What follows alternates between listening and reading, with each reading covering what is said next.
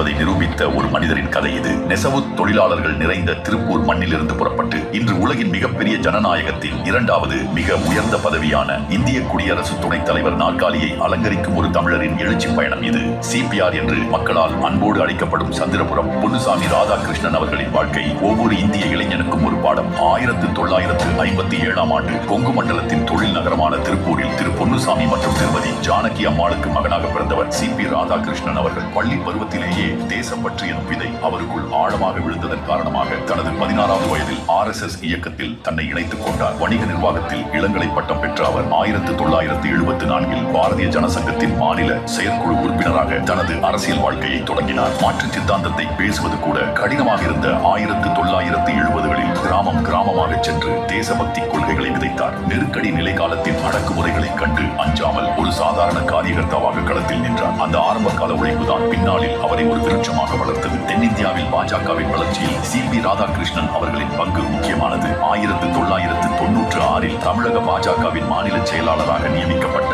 அவரின் கட்சி பணி அவரை தேர்தல் களத்திற்கு அழைத்துச் சென்றது. 1992ஆம் ஆண்டு மத அடிப்படைவாதிகளால் கோவையில் நடைபெற்ற குண்டுவெடிப்பின் போது அச்சமான சூழல் நிலவிய போதும் தீரத்துடன் பணியாற்றினார். அந்த தேர்தலில் தேசத்தின் பாதுகாப்பை கருதியும் தேச வளர்ச்சிக்காகவும் பாஜக ஆட்சி அமையும் பொருட்டு திரு சி.பி. ராதாகிருஷ்ணன் அவர்களை 1.5 லட்சத்திற்கும் அதிகமான வாக்குகள் வித்தியாசத்தில் வெற்றி பெறச் செய்தனர் கோவை மக்கள். நாடாளுமன்றத்தில் தமிழகத்தின் உரிமைகளுக்காகவும் திருப்பூர் பின்னலாடை துறையின் வளர்ச்சிக்காகவும் அவரின் குரல் ஒலித்தது. அவர் ஆற்றிய பணியின் காரணமாக மக்கள் ஆதரவுடன் 1999இலும் மீண்டும் வெற்றி பெற்று திரு வாஜ்பாய் அவர்களின் நம்பிக்கைக்குரியவராக மாறினார். நாடாளுமன்ற உறுப்பினராக இருந்த காலத்தில் ஜவுளித்துறைக்கான நாடாளுமன்ற நிலைக்குழுவின் தலைவராக பணியாற்றினார். பொதுத்துறை நிறுவனங்களுக்கான நாடாளுமன்ற குழு மற்றும் நிதிக்கான ஆலோசனை குழு உறுப்பினர் என பல பொறுப்புகளை வகித்தார். 2004ஆம் ஆண்டு திரு ராதாகிருஷ்ணன் அவர்கள் நாடாளுமன்ற குழுவின் சார்பில் ஐநா பொதுச்சபையில் உரையாற்றியது குறிப்பிடத்தக்கது. 2004ஆம் ஆண்டு முதல் 2007ஆம் ஆண்டு வரை அவர் தமிழக பாஜக தலைவராக பதவி வகித்தார். அந்த காலகட்டத்தில் கன்னியாகுமரி முதல் சென்னை வரை யாத்திரை மேற்கொண்டார். 2016 முதல் 2020 வரை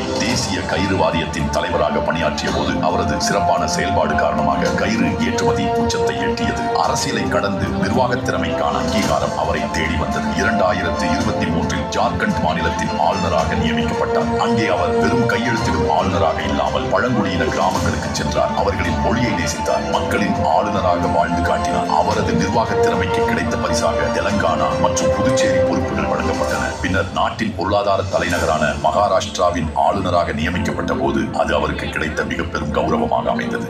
2025ஆம் ஆண்டு சரித்திரம் திரும்பியது. பாரத பிரதமர் திரு நரேந்திர மோடி அவர்களின் ஆசியுடன் அவரை இந்தியாவின் துணை குடியரசுத் தலைவர் வேட்பாளராக அறிவித்தது பாஜக தலைமையிலான தேசிய ஜனநாயக கூட்டணி. வேற்றுமையில் ஒற்றுமை காணும் இந்த தேசத்தில் தெற்கில் இருந்து ஒரு குரல் வடக்கே ஒலித்தது.